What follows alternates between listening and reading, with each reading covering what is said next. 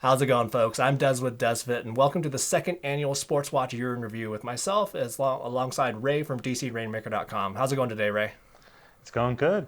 You're not here this Nice. year, but it's all right. We're making it work virtually with, what, 40 watches between the two of us? I think so, yeah. 40 watches, a couple more devices as well. So, as everyone knows, 2020 has just been a weird year, but that's definitely not going to stop us from doing our annual Sports Watch Year in Review. So, I think Ray has almost 20 watches. I have almost 20 watches in front of me as well. So, these were all the major sports watch slash smartwatch releases of 2020. We both have in-depth reviews of all of these watches between Ray's YouTube channel as well as his website as well as my YouTube channel. So go ahead and check those out after you get done watching this video. So in terms of trends of what we saw this year, so first of all, I think we saw a lot of SpO2 sensors come in. We saw a few new entries into the sports watch arena, and then there was going to be always on displays, solar charging, and then one trend I saw this year was that maybe some watches came to the market maybe a little bit earlier than they should have. So what are your kind of thoughts on that, Ray? Yeah, I think so. I think we also saw like a shift towards the back half of the year as well. And historically we've seen watches more in the CES timeframe and then the spring timeframe, everything else. But this year, given the pandemic, so many companies kind of slid their time frames. So like we were putting out this list, and almost everything is like from July onwards, minus a handful of things early in the year. I think from a tech side, though, it's definitely been more of a focus on, like you said, the health and fitness side of things, as opposed to the sports side of the house. So SpO2, but also breathing rate and all these other things that people have been trying to use to diagnose and figure out how they might be able to improve their fitness while they're still kind of stuck at home and maybe trying to ward off, COVID-19. With COVID, what was interesting is that I thought that maybe we'd see a downtick in terms of people actually wanting to check out a lot of health and fitness devices, but actually that turned out to be the opposite, where a lot of people, just because they were maybe stuck at home and needed more things to do, well, that actually became a hot topic. Yeah, definitely. I think as well in some countries too, there's been allowances for fitness in particular. So, for example, in France, you're allowed right now, as well as back in the spring, 1 hour a day to go upwards of 1 kilometer from your house for fitness. And so in that particular case, that's driving people to get into fitness that might not have otherwise been in fitness because they're not allowed to leave their house for really anything else except for the essentials. And so I think that may be driving there as well as many other places people to say, you know what? I've got this extra time where I'm not commuting anymore. I'm not doing these other things. I can try to improve my health a little bit. Sure. Yeah, absolutely. All right. So, yeah, I guess without further ado, let's go ahead and get started. We're going to go ahead and get started with the beginning of the year. So, the first major release of the year was going to be the Suunto 7. So, the Suunto 7, that was going to be Suunto's first smartwatch that's going to be running Wear OS. The interesting thing about the Suunto 7 is that it was definitely more smartwatch focused, probably, than sport focused, and it allowed Suunto to add a lot of smartwatch functionality to their lineup without necessarily having to like create everything on their own. So they essentially used the backbone of Wear OS for their platform, so that way they can get music and maps and payments and a lot of other smartwatch functionality. I actually didn't cover this device, but Ray, you did. So Ray, if you could go through that one for us. Yeah, so the Suunto 7 is one that I think if you had asked me sort of at the beginning of the year, like if you put it all on a sheet of paper and said which one is going to be the hot one for the year, I would have bet that this was the standalone, standout, stand everything winner for the year, which is ironic because if those that follow me, in my reviews would know that I was not terribly pleased with how this watch turned out. It had so much potential, especially being a Wear OS device and one that, Suunto has always done their own thing. And in this scenario, Wear OS actually didn't let down this watch. It was really more the Suunto sports platform side of it that I felt like let it down. It kind of, for me, just wasn't the whole what you'd expect from Suunto as this adventuring type watch. It was just sort of a poorly implemented Apple Watch sort of thing, and it just wasn't that great, which is too bad because I still think even today, like if you look at this home screen right here, this is showing the trails around me the last time I synced in this case, which was down in Switzerland on this watch, and it's just beautiful. Like the clock face is absolutely stunning in terms of this is a heat map right here that you're looking at over basically all the trails in my area, and I can change what type of sports this is showing as well. And you notice I'm having to keep pressing that button because the always off display just keeps on turning it off there. But still, I like where this is going, and I'm really excited to see what Suunto can do with this over the next year or two down the road. Initially, the Suunto app that kind of lived on top of the Wear OS platform, it didn't have a lot of tight integration with something like Google Fit. So has that changed at all throughout the year? Yeah, they actually did implement a bunch of fixes and updates around that cohesion side of it back in June. And then back in September, they added a bunch of sport features around the breadcrumb style. And they've been adding things throughout the year here and there. But I think this is really the play for the next version of Wear OS, where the battery hopefully gets better, and where they can really jump into that. And that's where I hope to see them transition more towards like a Suunto 5-ish sort of watch, where they add a bunch more sport features that for someone that wants a, I don't want to say a true smartwatch, because all of these are technically smartwatches, but someone that wants a watch that really looks pretty and looks beautiful, and this does look pretty and look beautiful, but still wants that in-depth sports side of things, that's where I really hope they can take this. And if they can do that, then that, in my mind, becomes a huge competitor to Garmin and Polar and others, whereas right now they've been kind of struggling to sort of find their place in life in this lineup. The two issues that were first and foremost in my mind were going to be the price as well as the battery life. And the battery life was definitely probably one of the biggest complaints I think I saw from a lot of people. But how was the GPS and heart rate performance out of the Suunto 7? I've had a rough go, primarily on the heart rate side. The GPS has gotten better over the course of the year. The heart rate's been kind of rough for me. And they used a different sensor than everyone else. They used a LifeQ sensor, which a company that used to do some work, I believe, at TomTom years and years ago. And then they sort of disappeared off the sports tech radar scene, and they're back again. They've done a lot of good work there. So I think we could see those advancements. Like you said, that the price was always a weird one. And I think they took the approach of saying this is our Suunto pricing, as opposed to saying this is our typical Wear OS pricing, not our, but the market's typical Wear OS pricing. And in this case, it was double the price of at minimum, a typical Wear OS watch, but it didn't yet have all the Suunto features that you come to expect from a Suunto watch, which is where they found themselves, in my mind, they got themselves in a little bit of a pickle there.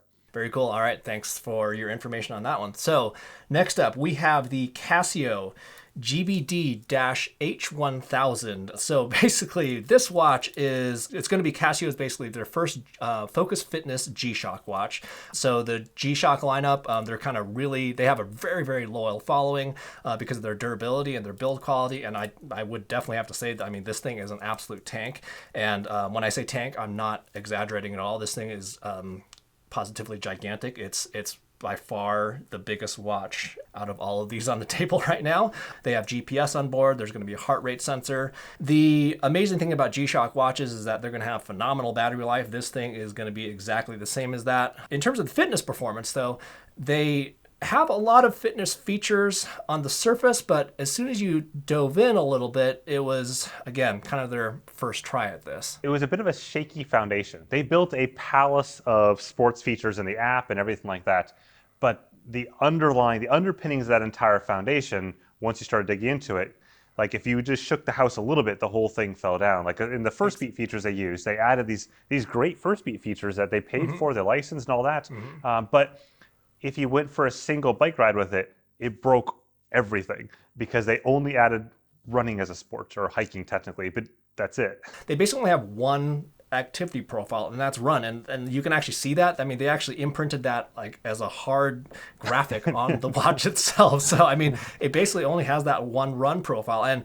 in this sort of marketplace, that's not really going to compete. So I mean, you definitely need a lot more than that. I mean, if you're only going to be running with this and only running with it outside, it's actually going to be a pretty good watch for you, probably, maybe other than its size, but just because the metrics that it actually did deliver using that one run profile, if you were only running outside, were actually pretty good. The VO2 max was actually lining up with a lot of other devices that I used.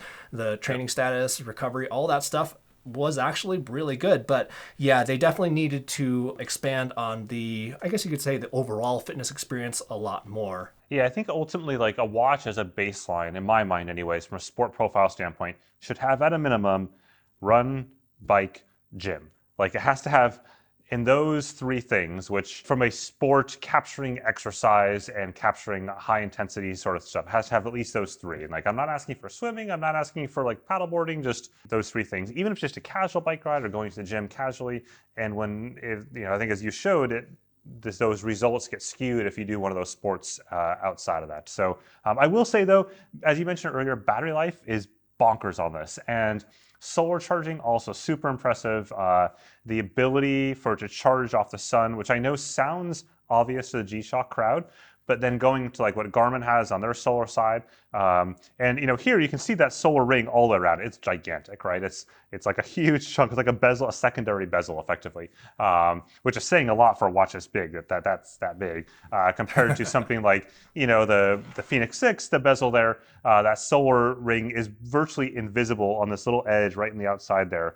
So it's super tiny, but with that massive solar ring, you're getting just incredible solar power off of that, and it lasts forever. It's really, really impressive. This is kind of their first try at it, so I definitely would like to. I'd love to see more updates to this watch itself. This is one of those devices that I'm, kind of referred to earlier, where maybe it was a little bit early to come to the market, or maybe it doesn't necessarily have all the features that people are looking for, but it's, kind of their first try into the market.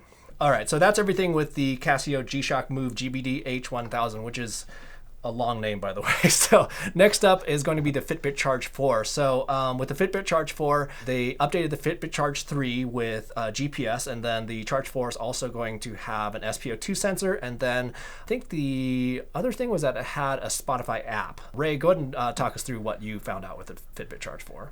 Yeah, so in addition, it also made the contactless payments baked in as well on this model. So in the past, the US version anyways, it was not the stock default option, whereas here it is the stock default for contactless payments. Outside the US, it varied by country as to whether or not it was stock. I think it's funny when you talk about Fitbits, in particular this level of Fitbit, as opposed to smartwatches we'll talk about later on here. Lauren Good at The Verge said years ago, she said, yep, it's just another Fitbit. And I think to some degrees that's the case with the Charge 4. It's as the name implies, a fourth iteration of the Charge, and it's actually more than that because there was the Charge HR, and different things like that. And it's what you'd expect as a Fitbit. Like if you ask someone what a Fitbit was on the street, this is it, except with the minor new features that we mentioned there. Versus when we talk about something like the Sense and the Versa 3 there, in my mind, those are dramatically different watches to the rest of the Fitbit series. The inclusion of the onboard GPS, well, that was probably, I think it's probably the biggest feature. For my testing, the GPS was pretty lackluster. It dropped out a bit. So for that one highlight feature, I didn't necessarily think it was worth it. The heart rate performance was basically the same as the Charge 3, where it was okay-ish, but there were absolutely some points where I just was not necessarily getting consistent results. No, I think it's good to have those options in the marketplace that are not super high-end or just great things. I'm sure, in Black Friday and over the next little while in sales, we'll see that continue to be one that's, made super affordable, probably $99 or whatever the case is. So it's great to have those options. And the Fitbit ecosystem is what makes a Fitbit so good. I think that's something that's often overlooked, is that their social platforms, their ecosystem, their app, everything is incredibly well polished. Even though when I say it's just a Fitbit, I don't mean that necessarily as a derogatory thing, but more just the fact that they've reached maturity level that you kind of know what to expect there, and those features become more incremental each year. So next in the lineup is going to be the Polar Grit X. So with the Polar Grit X, this is basically a original Vantage V. All the features of that kind of put into a more ruggedized case. It's going to be stainless steel on the outside. It's really attractive looking. It's still got the exact same touchscreen, the exact same display, the 5-button configuration. So it did come with a few new features, and then it actually did not include, I think, just 2 features from the original Vantage V. So the 2 features that it didn't include were Recovery Pro and the orthostatic test. Some people may use those, some people don't, so they just chose to remove that from the Grit X. However, the features that they added to it, they're going to be Hill Splitter. So a Hill Splitter is a feature that it works well for doing intervals while you're doing intervals, and it's interesting to see that data after the fact, but it doesn't necessarily give that much information in regards to like navigation. So what were your thoughts on Hill Splitter when you first started testing it?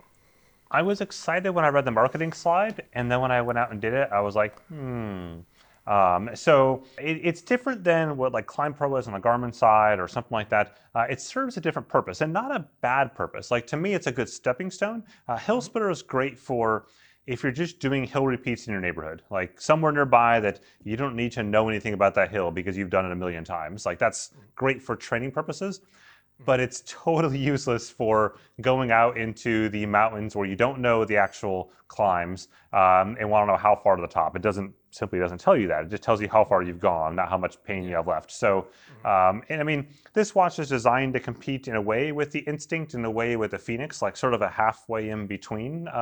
It's their offering into the outdoor realm, and but I like the look of it. I think it's a great looking watch. I think they just nailed the bezel design in particular is really nice, and the buttons, like you said, are spot on. So to me, this was a good like standout option for Polar that's kind of shifted things a little bit from where they've been in the past. So yeah, talking about hardware. So this is the Precision Prime, I think what they call Precision Prime 2.0 optical heart rate sensor. Now it's pretty much exactly the same as the original Vantage V. However, they changed the colors as well as the firing pattern on this, which was supposed to get more accurate heart rate results. For my testing, that wasn't necessarily the case. For how much technology that the heart rate sensor has, I was expecting quite a bit more.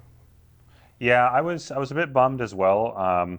I've historically had great results with Polar's Precision Prime sensors. I think they've among some of the best in the industry, and in this case, and it continues to be to this day. I used this watch just a couple of days ago. I use it frequently in comparison testings for things, just to kind of keep things mixed up. And I'm continuing to see kind of disappointing optical heart rate sensor results. It's not like it's horribly off. It's just always got these little bumps and jitters that just aren't correct. Yeah. No, and that was definitely the bummer from my standpoint too, because Polar's chest heart rate straps and then also the Polar OH1. The Polar OH1 is probably the most consistent and accurate arm heart rate sensor that I've used, and it's optical as well. I would have just hoped to see some more of that precision come to their wrist-based heart rate sensor. Yep. No, I agree with you. All right, so that is the Grit X, and then coming right after that is going to be the Polar Unite. So this is not the Ignite, this is the Unite. So with the Unite, what they essentially did was they took GPS out of the device and they made it a little bit smaller. It's super light. I think it's only 32 grams. It's going to be a really simple one-button configuration along with a touchscreen. It's incredibly comfortable to wear just because it's only 32 grams. But this one is, with taking GPS out of the device, they're definitely aiming for a little bit different market with this one. So this one I think is going to be more for that fitness-focused person that wants to spend a little bit more time in the gym, not necessarily outside. But it's going to be a good entry point, I guess you could say, into the Polar ecosystem. It's going to have FitSpark, the training guidance, which I think is probably one of the features that probably is a little bit different than a lot of other watches around here, where it gives you really good insight based on your past training as well as your recovery. Yeah, I think it's one that they've done a really good job of just.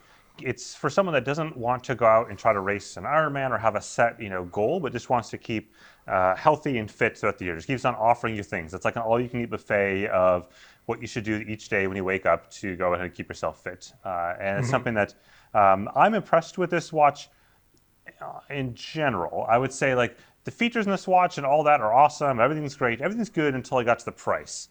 And it was $229 in the US. I think now it's been dropped down to $199, but $229 in the US. And without GPS, to me, that was a really tough sell because, again, like Apple Watch Series 3 has been $169 and certainly $179 most of the year. And there's a lot of options in this realm here. The Versa, 2, I think, was also like $169-ish as well with GPS.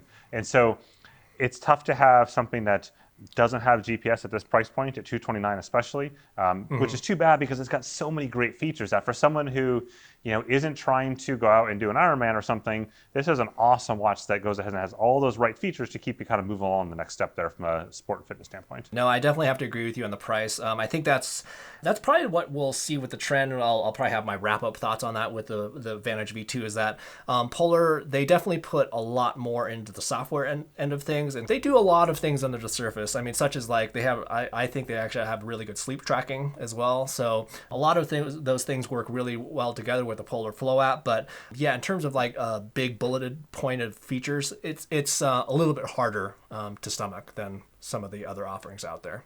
So. Yep. So that's the Polar Unite. All right, so next up we have the Fenix 6 Pro Solar and the Garmin Instinct Solar. So the Fenix 6 Pro Solar, at least, what they essentially did with this is that they brought down the solar charging capability that originally came out on the 6X Pro Solar down to the smaller size variant. So basically you're going to have the 6 Pro Solar and the 6S Pro Solar.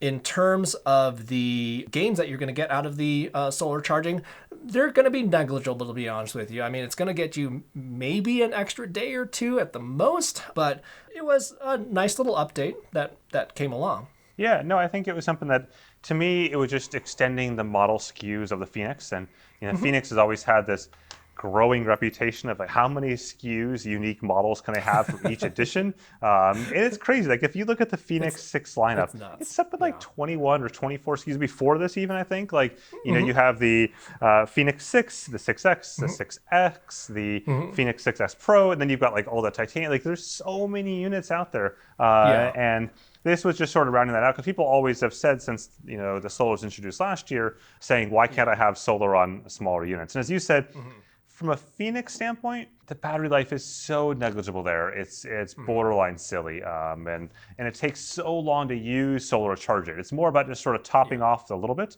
However, if we switch topics to the Instinct Solar, then things, in my mind, step up a bit, and for a number of reasons. One, the Instinct Solar is not the same as the original Instinct. It is a dramatically different watch. Under the covers, there's a ton of changes there.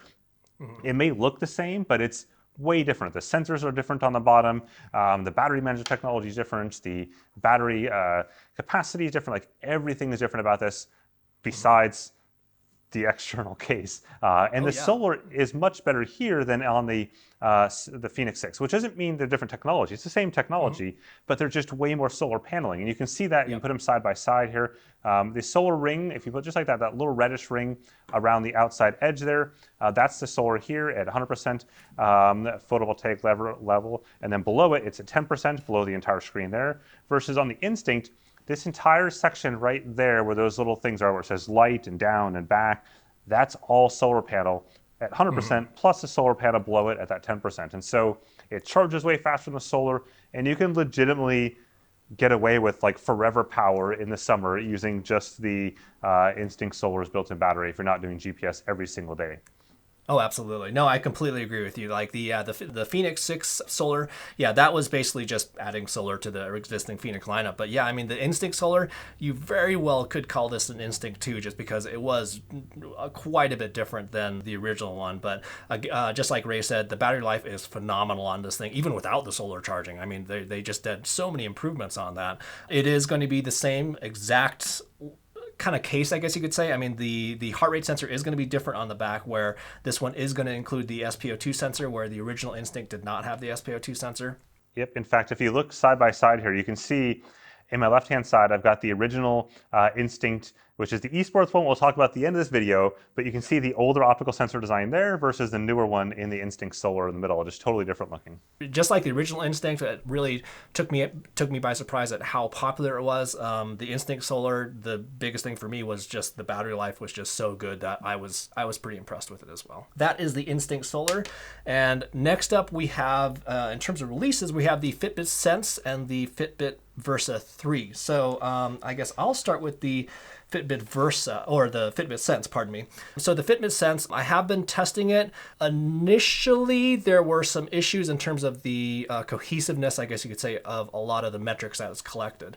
What's really good news, though, is that I think just yesterday or the day before, Fitbit just came out with the Fitbit OS 5.1, which that's going to add Google Assistant. It's going to have audible replies from Alexa, and then there's going to be enhancements to like calling and texting as well. But probably most importantly is that they actually updated the OS to have the blood oxygen information kind of just actually baked in this time, where you didn't have to have the specific watch face to view that information. So, but in terms of your initial thoughts of it, how did you fare with it? Yeah, I think the Sense was something that on paper was super exciting. Like there's so many features there. The amount of sensor data they're pulling in, as the name implies, sense, and you could take that as a sense on how you're feeling or on the sensor data, either way of it.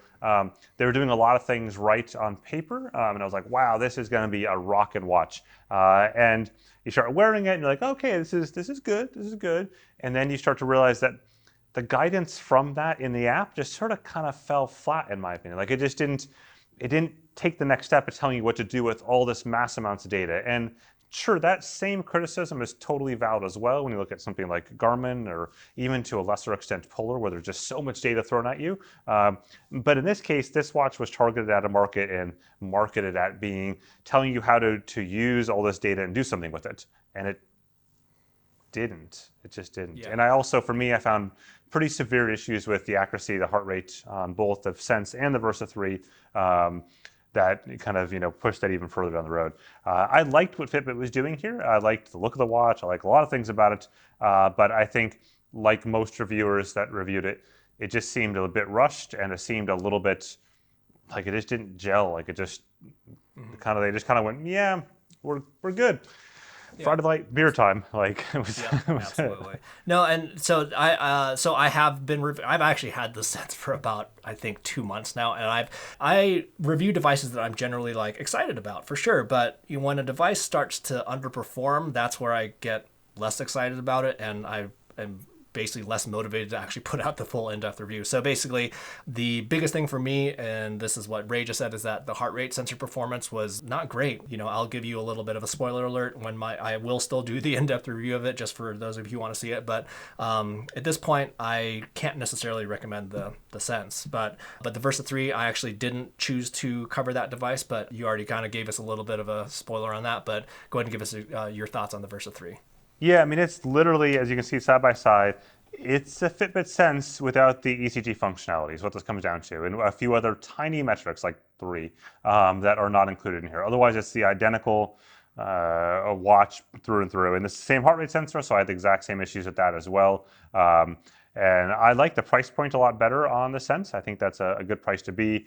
They just need to fix the accuracy issues. And if they could fix the accuracy issues for me for heart rate on on the Versa 3, then I'd actually be pretty happy with that price to value ratio. Whereas the Sense to me was just way too expensive for what it was from the value standpoint and all that there. Yeah.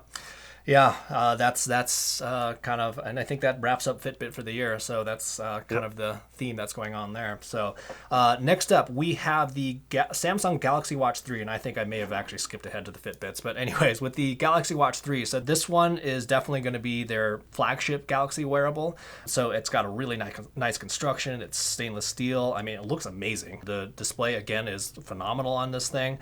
Everything else on the surface or underneath the covers is kind of really the same, except for the fact that it does have ECG functionality. However, the big caveat with the ECG functionality or EKG functionality was that it was only available with select Samsung Galaxy phone. And then obviously it's not going to be, the ECG functionality is not going to be available on an iOS device. So, but in terms of the performance of the Galaxy Watch 3, as I said in my review, it was better than every Samsung wearable I've tested in the past.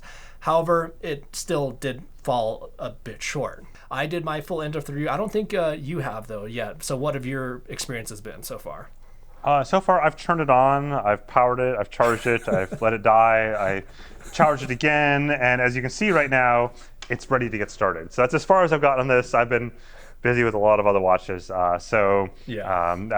it's ready though. It's charged again for like the 9th time that I've charged it up, and I'm ready to roll on this at some point here in the future. Yeah. But I will say, I think they've nailed the industrial design on this iteration though. To me, this is a really pretty watch, and they've made some nuanced changes that I think are nice on this one.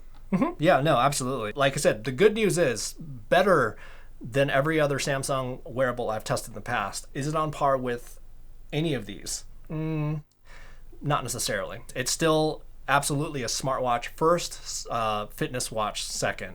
Fitness is definitely something I believe, just tossed in there just to make it appeal to a broader audience. But if you're looking for a fitness device first, I would probably look for some other options.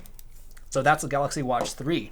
Next up is the COROS Pace 2. So initially, when I got the information about the COROS Pace 2, I'm like, okay, I to be honest with you, I didn't really pay attention to it too much. I started to dig in, and I think it's one of the devices that I'm probably most excited about this year altogether. So it was kind of interesting. The marketing behind it was like, it's like a super light watch, which it really is. It's really small. It's very comfortable to wear, but it's absolutely phenomenal how many features it comes for the money. So does it start at $200, I believe? Is that correct? Yeah, $199. Yep. Yeah, $199, and it comes with features that you would expect out of the $300 to $400 watch. I mean, it's a multi-sport watch. It comes with power meter support. It actually comes with running power native on the wrist itself. Yep, and then you actually have native Stride FootPod support as well. So you don't need to, unlike a Garmin device where you actually have to download the Stride app, it comes with Stride FootPod support just built into the device. It uses COROS's Crown interface to interface with the device, which is probably, honestly, my only real complaint about the device is that I know a lot of people do like that interface, but for me it's just not, I don't know, it's just not for me necessarily. So what are your thoughts on the Pace 2, Ray? Yeah, I would say, if looking across this table, to me this is probably the watch of the year. If I were to grant a watch of the year title to something or someone, I've never done that, but if I were, then I would say the Pace 2 is probably the watch of the year, just for the amount of features packed in there, and that it's still accurate and all those things that you would expect. For $199 is super impressive. Full multi-sport watch, full everything. My only nit is the same as yours. I hate the crown on this watch. I really do. I just think it's clumsy. It's all the things that you don't really want. And it wants to be like an Apple Watch crown button combination, but it's not, and not because it's not as good as that. It's not, but it's not because it's not as good as a crown there, but also because it's just not that practical on an Apple Watch either for sport and fitness. It's great for lifestyle stuff, but when it comes to working out hard and stuff, being able to just press the buttons you want to press very quickly to get to the menus you want, not dealing with this stupid crown. I'm begging you, COROS, ditch the crown. Just please ditch the crown. Go to 5 buttons. There's a reason why almost every other heavy sport watch here has 5 buttons. That aside, to me, it's an incredible watch, and I think it does a good job of showing up almost everything else here is priced more expensive. So I would say it does a good job of showing up almost every other watch on this table that's priced, in some cases, 1, 2, 3, 4 times as much. It's super impressive. What was really interesting about this too is that, going back to the price, is that last year we definitely harped on COROS for their pricing, because with the Vertix as well as the Apex Pro, those were definitely priced higher than they probably should have been, and this one was priced lower than I would have completely expected. So that was a really great thing to see this year from COROS. Yeah, this was them getting back to the roots. They came into the scene, I think 2 or 3 years ago now, with a $199, or maybe at the time it was $299, but eventually dropped down, I think, to $199-ish, the original Pace, and that had all the multi-sport features and all these things that was showing up, effectively Garmin and Polar and Suunto. This is one that sort of got back to those roots, versus last year, as we said, it was the Vertex and the Apex and other variants of that just felt forced. They just felt like they wanted to be Fenixes so bad, but they weren't Fenixes. At the end of the day, they didn't have the true polish of the design. They didn't have all the features underneath it, but they just had the price tag next to it. And you're like, no, you can't charge that for that. But this has resonated super well with, I think, a lot of people. All right, so that's the COROS Pace 2. Impressive offering from COROS this year. So next up, we have 2 different watches. So we have the Apple Watch Series 6 as well as the Apple Watch SE. So with the Apple Watch Series 6, this was going to bring a blood oxygen sensor to the Apple Watch, and then there was also the always-on altimeter, and I'll just go into it right now, is that with the always-on altimeter, plenty of watches have this already. It was definitely some extra Apple marketing fluff on top of this. The biggest actually functionality I guess you could get out of the always-on altimeter is that they had a special watch complication where you could see your altitude all the time. Pretty fluffy, to be honest with you. So yeah, basically it was funny because they marketed it as being this this huge shift, and it's at the end of the day, you just made it available on the watch face, because it always had an always-on altimeter. It was always been there for forever. And so this was some brilliant Apple marketing of this brand new thing that's you just added this in software to the watch face. That's it. That's the sum total of this entire change. Yep, and that really brings up a good point. Is that the Series 3, 4, and 5, they all had altimeters already. It was just showing it on the watch face. And if you're curious if like other watches show the current altitude on their watch face, absolutely. There's definitely a complication for that on plenty of other watches. So anyways, pretty fluffy, but I guess good job, Apple, on your marketing on that one. So there was also a brighter always on display that's going to be more viewable, definitely outside more than inside. And then there's also the faster S6 processor. Now, to be honest with you, I haven't necessarily seen necessarily an improvement in terms of speeds with the S6 processor, but what I did see improvements on were the battery life if you were to disable a few things. But overall, if you were to, let's say, basically do a side-by-side comparison of the exact same settings on the SE versus the S6, you were getting a lot better battery life out of the S6. Yeah, you went deep down the rabbit hole of battery life in one of your videos there on these watches, and it was you found the rabbit hole, and then you're like, hold on, we're going for the colony now. This is an entire rabbit farm. Yeah. It's impressive, and it's funny. Like, so I've used both of them and have videos on both of them, and I think to me what was more interesting between the Series 6 and the SE is the fact that all the nuanced changes and differences they made on the 6 that they did or didn't make on the SE. Yeah, I think if you look at the SE, it's funny because there's so many different components in there that are, part like Series 4, some of them are part Series 5, some of them are part Series 6, and there's no like set. You can't just go a line in the sand and say, oh, it's a cheap Series 6, or it's a Series 3 plus something else. Like, it's just it's such this weird blend. And it's clear that Apple is trying to find a way to increase the average selling price of the Apple Watch series lineup as in whole, because the Series 3 has found its place in life at that sub $200 level now to $169 pretty consistently. And they didn't really have a good option between there and effectively $400 for the full featured versions. And so at $279, I believe it is, that's a good option to kind of find that blend there. And I think for the average consumer, they'll look at that and go, yeah, I'll pick up that instead, as opposed to the Series 3 that's sitting back there in the past. But when I look at like sport tech accuracy and stuff, I found pretty significant differences between them. And where the Series 6 fixed a lot of GPS issues for me, especially around turns around corners and stuff like that, versus the Series 3 continued to Mario Kart around corners where it just, like slides around them kind of weird. The SE, heart rate was pretty similar, but I found just a little bit better performance on the Series 6, which has a new heart rate sensor as well.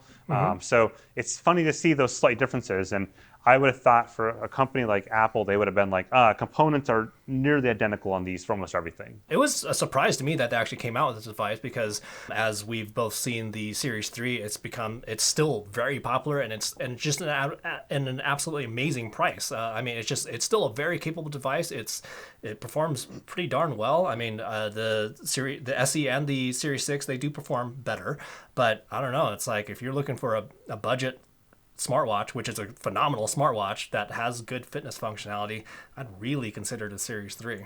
I've got to believe like the Garmins and others of the world were probably excited about the SE, because they were probably sitting there in that presentation going, please let the Series 3 go away. Please let the Series 3 go away. Please, please. Yeah. No, it's still there.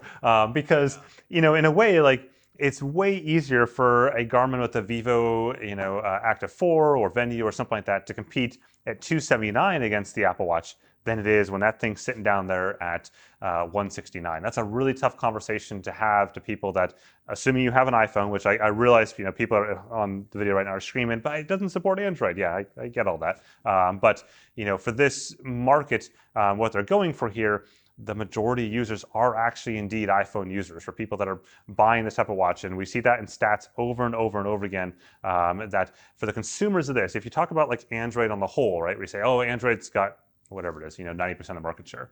Sure, it does in places that people are not buying $300+ watches.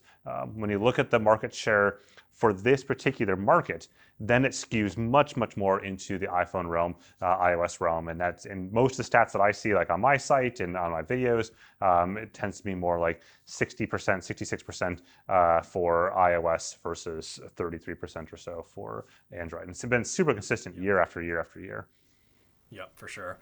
No, and yeah, and to back you up on the fitness performance, yeah, I also did see differences between the Series 6 and the SC. Those reviews are coming out imminently on those. So next up, we have the Forerunner 745. So the Forerunner 745, it replaces the long-standing Forerunner 735 XT. They dropped the XT naming, but basically this is going to be Garmin's lowest end triathlon offering. It essentially looks almost exactly like a Forerunner 245. It's almost exactly the same in dimensions, but it's essentially going to be a pared down Forerunner 945 with essentially all the functionality, but without maps. And did I miss anything else in terms of what it's missing?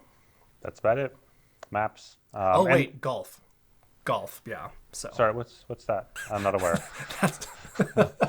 So yeah, it's got there's some dependencies on maps as well that this loses. So for example, in Climb Pro, you lose some of the additional bits there because it doesn't have the maps underneath it to be able to pull some of those things off. So you can still do Climb Pro on this, but you have to preload those courses ahead of time. And the same goes for Pace Pro as well, that there is Pace Pro here that could take a Pace Pro profile, but it can't like generate one on the fly. And practically speaking, if you're using Climb Pro, you know where you're going, and you probably put the course there to begin with, so it's really not that big a deal.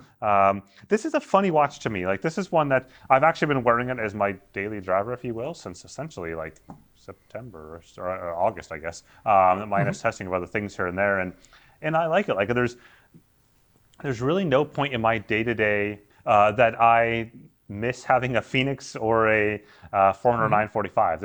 It fits everything that I need. Now, that said, I'm not traveling right now. So in that sense, I don't need the maps. I don't care where. I know exactly where I am all the time around here. So versus if I'm going into the mountains and I want to have maps on this so I see where I'm hiking and all that, then this is going to quickly fall off and I'm going to pick up the 945 or the Fenix 6 or something like that as my daily kind of to use out hiking. But there's been a lot of talk around this being overpriced, and I think that's probably valid. I think that $499 is a bit tough for this, and I get that it has music and that kind of stuff. That I'm sure that's what Garmin is probably shouting at, like, it's got music, it should be $100 more. Like, that's the way Garmin works. But then I'd say, yeah, but so does the Vivo Active 4 and the Venu at roughly $249 right now. So I think this is a tough pitch. I think if this is $399, that'd be like boom, done. And that just, someone sunk their battleship sort of thing. But exactly. I don't know. It's just me. Well, no, and I think at a lower price point too, it would be a lot more palatable considering the 645 is getting pretty dated at this point.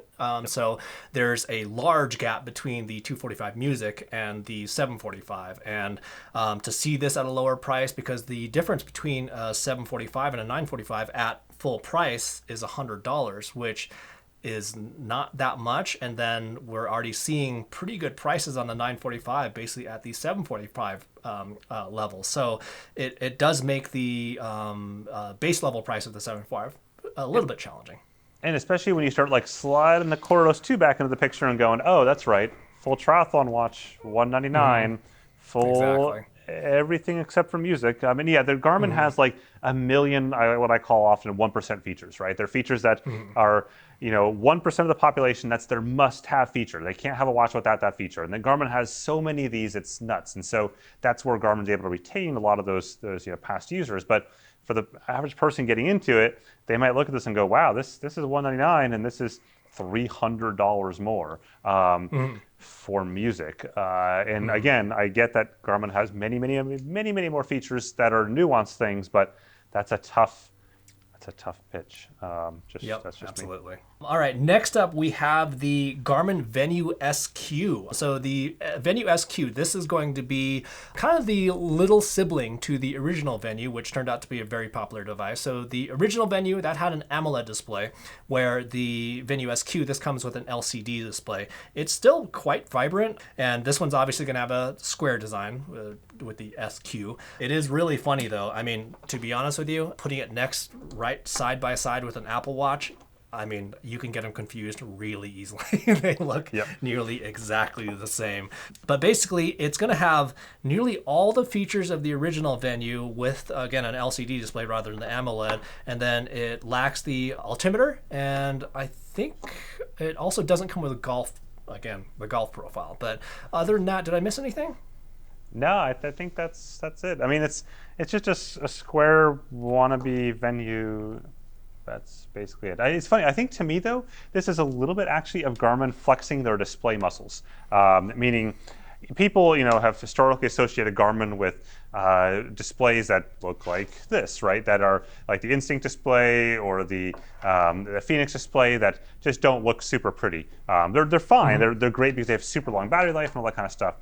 But to me, the Venu SQ is a little bit of Garmin saying, "Yep, we did the AMOLED last year with the Venu. Now let's just do a non-AMOLED display that looks just as nice and has incredible battery life." And I think this is them sort of saying, "Yep, we can do pretty displays, and we're going to do a couple different ways. We're not just a one-trick pony here." And I'm looking forward to see where this ends up down the road. And maybe we'll talk about that at the end of the video. I don't know, but I think the idea that a Fenix series watch will always remain looking like this is a flawed idea. Like eventually, not eventually, people. I mean, this is a watch that sells a million units a year or something like that for a Fenix series device, and a lot of those people are not sports people. They just want a beefier looking watch that's a smartwatch, and they will really want a watch that has a display of something like the Venu or the Venu SQ, and they don't necessarily care that it's not going to have a 90-hour GPS battery life. I think there's some serious potential to see Garmin do interesting things next year, and whether they do that in the Fenix lineup or they start off with something like a Forerunner 245 equivalency or a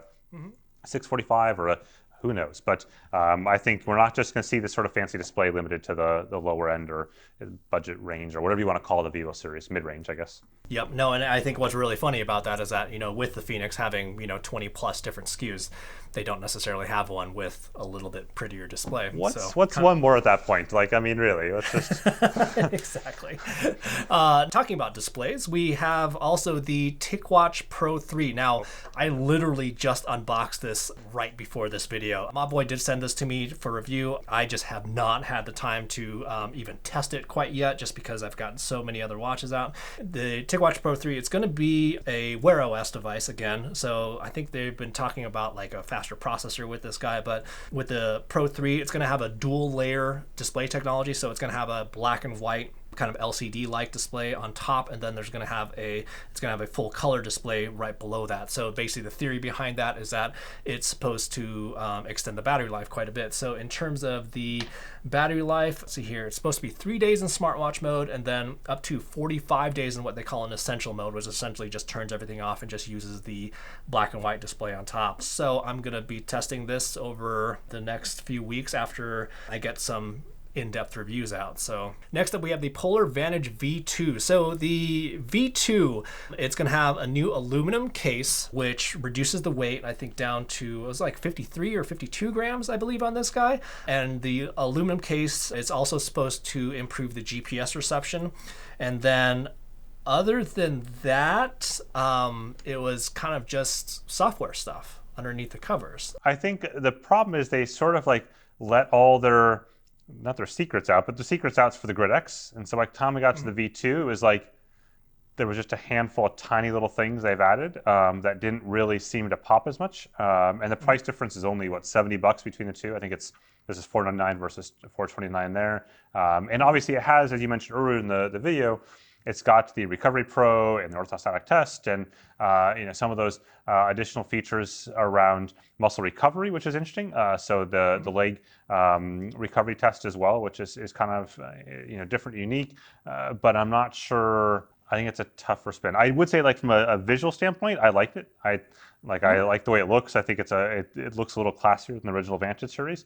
I just had hoped to see a few more things that sort of like set it apart from the rest of the competition. I did notice, for example, just yesterday they announced they were sponsoring in one of the pro cycling esports kind of teams, like in the Zwift sort of realm, a Zwift professional sort of team of sorts. And I thought to myself, this would have been ideal if this watch had ANT Plus support, or if it had the ability, to be able to deal with that, because those athletes would be using on trainers, and most trainers, except for the Wahoo Kicker series, can only broadcast out one Bluetooth smart channel. And so now you have a problem where if someone's using, a Zwift on an iPad, they can't connect to their Polar watch with it, and that's going to be a challenge for those pro athletes. No, absolutely. And I think that so that brings us to the fitness test. So this was probably, in terms of the work I had to put into this, in terms of my actual workouts, it was Yep. astonishing how many workouts I had to do with the V2 to actually collect all that data and actually show it properly. It was basically like a question of like, how many FTP tests do I really have to do on this device? There are three new fitness tests that came with the V2. So there's going to be the leg recovery test, there's going to be a running test for VO2 max, and then there's going to be a cycling test for your FTP. Now, with a lot of other devices out there, well, this information just calculated kind of automatically based on your existing workouts. So there's no special test that you have to do. But with the V2, what Polar wanted to do was create these specific tests. And I think it's great that they have these built in. Like, so if you really want to get a hard number, I guess you could say, like, doing an actual test, that's great. But I think like most of us don't like doing tests. Yeah, for me, the test piece, just like you said, like every other platform just does this automatically now, and I shouldn't have to do, like if I want to do an extra test to do a set FTP test, then great, go forth. But that concept is largely fading away, and people are going towards ramp tests on the cycling side and things like that, which is what their running test is. The running test is a ramp test. Like that's, Exactly. it's the same thing. And it's, Yeah, I know. so, and like you said, I had so many dropout issues on mine and I eventually gave up on FTP test. I did a number of them and was like, you know what, it's just not working because of connectivity issues and issues I don't think I would have had if this had worked with ANT Plus, just because of some of the finickiness there. It's kind of an oxymoron to me that doing the cycling test, it would have just been so much easier with ANT Plus connectivity, but it just didn't have it. Again, I don't know if that'll ever change, but I really hope to see that. Yeah, and we were lucky too. You figure like me and you have, in some cases, multiple power meters on our bikes, and like I compare different things, but the average consumer doesn't necessarily have that. And so the average consumer, if they're indoors doing this on a trainer, they might not technically be able to pull it off. Those are real problems. And unless you had a kicker, unless you had a secondary power meter, you probably couldn't use that test, which is an issue. Yeah, no, I mean, I can't remember if I even said this in my review or not. There were portions I peeled out, but basically, yeah, so for my cycling FTP test, I actually used a Garmin Edge unit connected to my trainer via ANT Plus FEC to control resistance, and then was collecting the power from so basically it was kind of a mess. Yeah, it was kind of a mess. So, anyways, that's the Vantage V2. And next up, we have the Garmin Instinct eSports. And I don't have one of these devices, but Ray, you do. So please talk us through it. Yeah, so the Garmin Instinct eSport is essentially what happens when Garmin looks at a pile of leftover Instincts, looks at some leftover software from the Verb series that they haven't updated in a few years, and was like, done, new product. It's literally the hardware of the original Instinct with a fancy new display on top of it, combined with the Verb older software that they've gutted and renamed to something I can't even like attempt to type up more than twice. It's called StreamUp, but it's using like Elite, and it's rough. But the actual end state product, ignoring their marketing funkiness there, is kind of cool. Whether or not there is a market for that, I have no idea. But what the idea behind this is that it's for esports, so gamers primarily, and not of the sporting variety, but of the computer variety. And it can broadcast out your heart rate, your stress, and your body battery via kind of a back-end Bluetooth smart channel to a little app called StreamUp, and that app then sits in your tray, and it pumps it over so that OBS can pick it up for streaming online on Twitch or YouTube or any platform you want. It doesn't really matter. At a software level, it works technically well. Like it all is good. The one challenge, though, is that the body battery and stress metrics cut out above a certain heart rate, roughly around 120 beats per minute. So that's sort of counterintuitive with having a high heart rate, because as your heart rate goes up. So like I try to unZwift, which I know is not the point of this watch. It's to be playing like video games, but that's what I wanted to try it on. And once I got past my warm up, the stress and body battery disappeared and just was heart rate, which maybe for a gamer, they better keep the heart rate low enough. But Garmin has kind of pointed this being like that gamers, and they had studies that they touted as part of the press release talking about heart rates that are just as high as someone running a race and stuff. And so I'm not really sure those two blend together, but I think it's a cool concept. To me, the only quirk with this is that they only offer that software right now on this unit. So I would think that that would be a feature that if you wanted to go and buy a Fenix 6 Solar and spend like $1,000 on the fanciest version of it, I should be able to get that same feature here. It's just broadcasting something they do. It's a trivial thing for them to add, and I think that's one area that frustrates people on Garmin sometimes, is that you have all these watches and all these options, but there's not this like building a stepping stone of features that if I wanted to have this feature broadcast behind the scenes just into the sport profile, because that's all it is. If I press start and I see esports, and at this point it's broadcasting out to my computer, I'm good to go. But I could also go down and choose other sports as well. So we go down. You can see walk, run, treadmill, just like a normal Instinct. So it's just a sport profile that's unique to the watch, and everything else is just an Instinct watch. And so I think I would love to see that just be a standard profile. If someone wants to add it to any Garmin watch that's higher end, they could do that. They could hook it up to OBS and be off and running. I think that'd be cool. That's definitely something that I hear historically, I guess you could say, with Garmin devices, that they'll come out with a new device and it has new software features that aren't necessarily available on older devices. And you could probably say the same thing about Polar this year as well, is that we kind of saw that trend too, where the hardware, it was pretty much identical, where it just had a new feature here and there that was just software driven. Now, there's arguments on both sides here. So, I mean, in terms of developing new software features, well, developers, well, they need to be paid some money. So maybe that new feature wasn't built into the original price of the older device. But there's definitely a challenge there where that's always generally a complaint, where when a new device comes out, there's a new software feature that could theoretically be ported to an older device, then people are up in arms, and I can't necessarily, I think it's justified too. But so there definitely needs to be an answer there, I think, just because that does seem to be a pain point amongst a lot of users. So, but yeah, that's unfortunately what we've seen. Yeah. So last up, we have the Wahoo ELEMNT Rival, and this one was very much a late release in terms of like the release schedules throughout the year, and I think a lot of people didn't necessarily see this one coming. And this one, kind of like the HRM Pro, this was this was a long time in development, and so they finally came out with it. The Rival, it's an exciting offering because it's a brand new entry to the GPS Sportswatch arena. It's also exciting just because it's made by Wahoo, who already has a very solid place in the sports tech industry. So this is going to be a triathlon focused watch. It's definitely designed for athletes. Doesn't really have much in terms of smartwatch features at all. In terms of my testing, the heart rate sensor performance was probably the weakest point, but everything else was pretty good from a GPS standpoint, at least over water. However, as we alluded to at the beginning of the video, you've been spending a lot of time in the cold water in Amsterdam. So tell us about your experience with that so far. Yeah, I've had a lot of, like you, I've had heart rate issues as well. Just hasn't been super accurate, and they're using a Philips sensor for this, which nobody else uses a Philips sensor these days, but they used one, and that's not necessarily mean it's an old sensor. It could be a new sensor, but Philips just doesn't have a ton of sport-specific experience in this marketplace at this point in terms of widespread experience. They've got a lot of medical experience, but medical sensors are very different than sports sensors, because most of the time medical people aren't running around somewhere. So you've got to deal with different aspects of that. Optical heart rate, not so great. GPS has been iffy for me in general, both on land, but then more so in the water. And I really had a lot of issues with some of my earlier swims. Today, though, was the first time on a new unit they sent over, well, they dropped off, that I did get a good swim track on. That's positive there.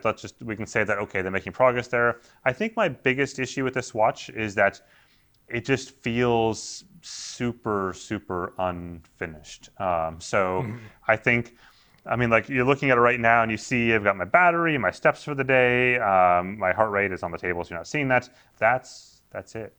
That there's no more like seeing other metrics. I can't see like how many steps did I walk today, or how many steps did I distance walked or anything like that. You can't see calories. You can't see any of those things. Like it's super, super basic on any of what Wahoo likes to term lifestyle features. But I think that's probably like playing that off a little bit. I think at the end of the day, every one of these watches here, I can see all the basics for my daily activity for weeks, months, years back. I can just see this week, and I can just see totals for the week, and that's it. I can't see my breakdown by day, but it goes well beyond that, where they have like the basics of sports. I can record a sports session, I can go out, record a run, I can record a bike, I can collect sensor data, and for the most part, core sensor data of heart rate, power, cadence.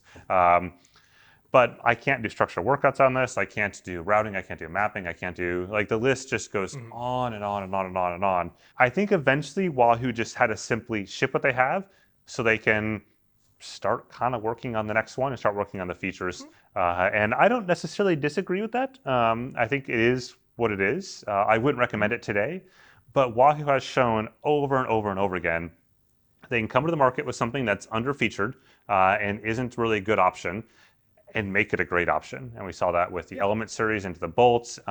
When they've come into past markets, there's been like one or two competitors. Now they've got a slate of people releasing, in some cases, multiple watches per year, and they're so far ahead and so big in terms of development teams and resources that's going to be really challenging for Wahoo. But I'm super looking forward to seeing what they can pull off. Right now, it just does lack a lot of the features that people expect out of the watch. I mean, I know that they are focusing on the athlete, especially the triathlete in general. So the most compelling reason to purchase one right now would be is if you are a triathlete and you really want to benefit from that touchless transition feature, and if you live within the Wahoo ecosystem as well. Yep. No, I agree with you. I think if you have a Wahoo ELEMNT Series watch, ELEMNT Series bike computer, and you are a triathlete and you don't care about structure training or all these other things, then in that case, maybe you could consider it maybe mid-next year or something like that. Yeah. I'm looking forward to, I said, where they're going to go, what they can pick off. I just want them to see them define a road plan and talk about those features over the next 6 to 8 months and say, here's where we're going to be, and go do it. Yep, absolutely. I am eager to see what they have in store as well. So, so yeah, that is it for our 2020 Sportswatch year in review. Funny enough, I think there were about 20 devices, so that worked out pretty darn well. So do you have any final wrap-up thoughts there, Ray? No, I think I'm looking forward to see what happens next year. I'm looking forward to seeing kind of the evolution of displays in some watches, and I think the evolution of some underlying physio-type metrics. We've seen Garmin obviously acquired First Speed earlier this year, or some point this year, midpoint this year, which is going to be interesting to see what happens there and how they can mature that. But at the same time, Polar's been doing good stuff in that area as well from a sports standpoint. So I'm interested to see like everything kind of step up a bit. I'm looking forward to seeing like what will Fitbit do once they finally get the approval for the merger with Google or acquisition by Google. Like where will that go? So there's lots of cool things. I think 2021 could be like a breakout year for a lot of these companies as they sort of take the next step, potentially big steps forward, versus I think 2020 was, obviously the first half of the year somewhat mauled for companies from a COVID timeline standpoint. I'm certainly not saying COVID's gone away or anything like that, but in terms of normalization of work and manufacturing and all that, that kind of normalized at the midpoint of the year, and that's why we saw so many watches later on. So going into 2021, I'm looking forward just to seeing what happens from that whole perspective. No, I completely agree. I mean, I definitely would like to see a lot more maturity, I think, when it comes to when a watch is first released onto the market. I would like to see some headway in terms of like display technology as well. I think that really has a lot of big potential in 2021, as well as battery life too. So I think that's going to wrap up our 2020 Sportswatch year in review. So in terms of actual in-depth reviews of these, like I said, both Ray and I, between both of our channels, as well as Ray's website, you should be able to find plenty of information about this. Hopefully next year we can actually get together. I'm not really sure when that's going to be. I'm hoping we can do it in person next year. I'm hoping we can make it happen at the end of next year, but we shall see. Yeah, we shall see at this point. Anyways, I want to give a very special thank you to Ray at DCRainmaker.com for joining me again for another Sportswatch year in review. Look forward to seeing you again in 2021 for the next annual Sportswatch year in review. But thanks so much for watching. Have a good one.